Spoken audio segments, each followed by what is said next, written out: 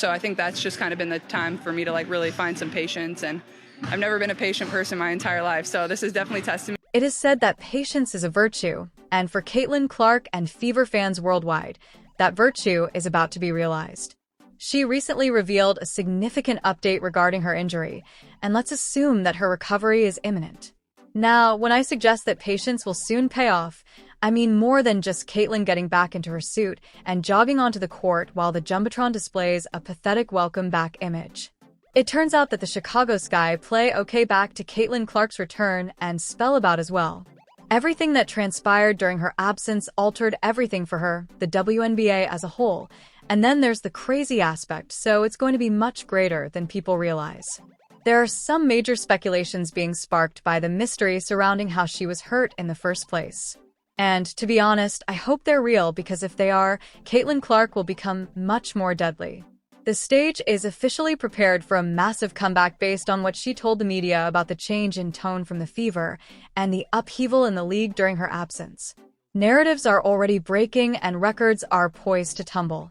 Let's dissect it all. But first, if you believe Caitlin's comeback will set a record for ratings, please like this video and subscribe for more Fever updates. Let's fast forward a few weeks first. Obviously, this game is peaking at 3.2 million viewers is crazy for the WNBA, even for the Fever. So this year's peaks are already freaking higher than last year's peaks when this team was starting to do a bit well.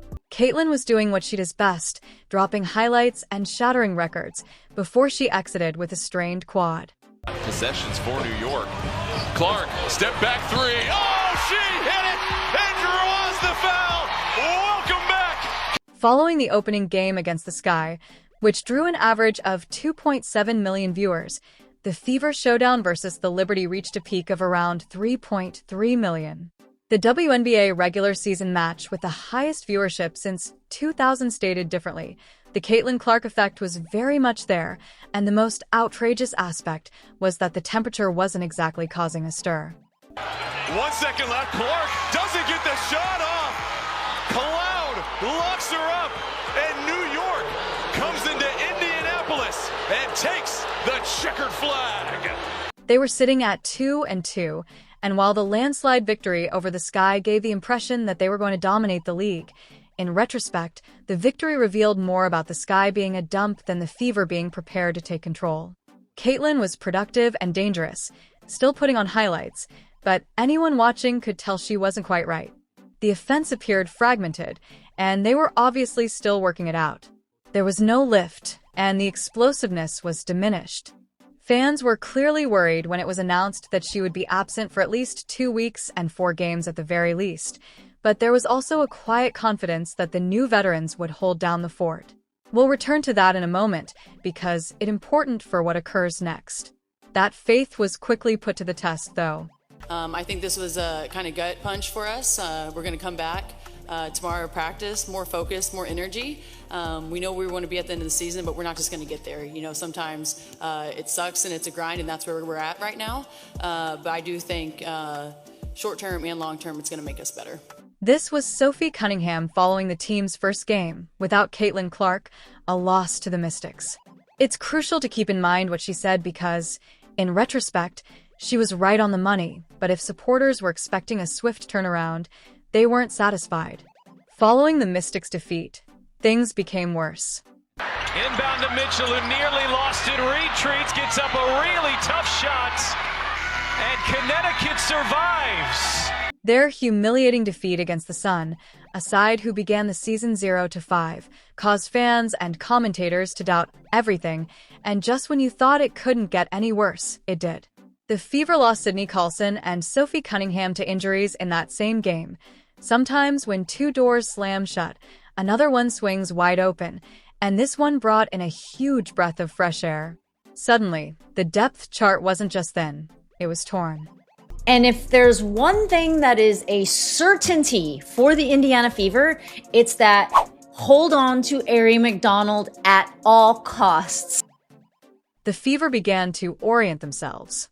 They first exacted revenge on the Mystics by rewriting the outcome of that previous defeat, and then the big one arrived.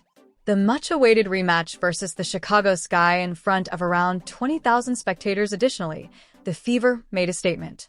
They annihilated them, not just one.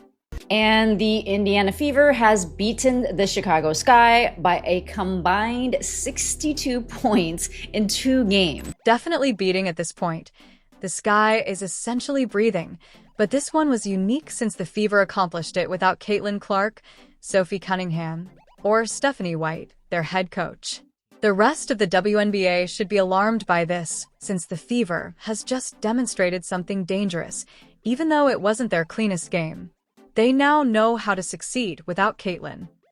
The cheapest ticket for the June 7th showdown is $14, according to Vivid Seats. Oh, there's some even less expensive than that. After overcoming her early season slump, Kelsey Mitchell is beginning to resemble her former self once MO and is putting up a strong argument for being the most improved player, possibly even approaching all-star status. There are many positive aspects, and just for these reasons, the Fever will improve upon Caitlin's return, superior to what they would have been if she had never been late. Fever lovers should be enthused just by this. However, if you're a fan of Caitlin Clark, there's more. This injury not only allowed the squad to improve, but it also made her worth indisputable. Never before has her significance to the league been so evident. Let's begin here. The cheapest ticket for that game next month is currently at $82, according to Vivid Seats. It gets much worse.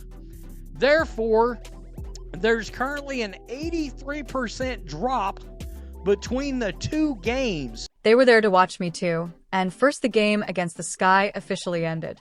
Tickets were selling for as little as $3 right before tip-off. The worst part is that it cost practically more to get in than it did to buy a little popcorn to watch the sunset. The demand for tickets for their rematch, which is only a few weeks away, is already rising. What are we doing? What are we doing? Like, the most coddled basketball player in history. She is the 43rd best player in the WNBA. She is, and that is being the most generous I can be coming into this season. But fam, don't you dare exclude Angel Reese out of that. That is favoritism. Don't show that, man. You need to call Angel Reese out the same way you are willing to call everybody else out. Furthermore, I won't go into too much detail about the fact that Angel Reese only scored for more points than you, me, and my blender put together. The following query, however, let's face it, that performance put an official end to the rivalry in front of the largest audience and under the most attention. Nobody is buying the media spin anymore after the league witnessed one of its most widely advertised young stars give one of the most embarrassing displays of the season.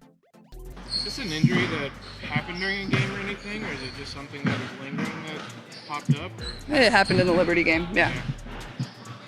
Were you able to pinpoint the time in the Liberty game that happened, or you just? No, definitely early in the game, but I couldn't tell you the exact play something occurred on. And one thing has become evident as a result of all of this. It is not Angel Reese who is making the difference. This is Caitlin Clark's league, and the debate is over when she returns and the ratings soar once more now that it's over.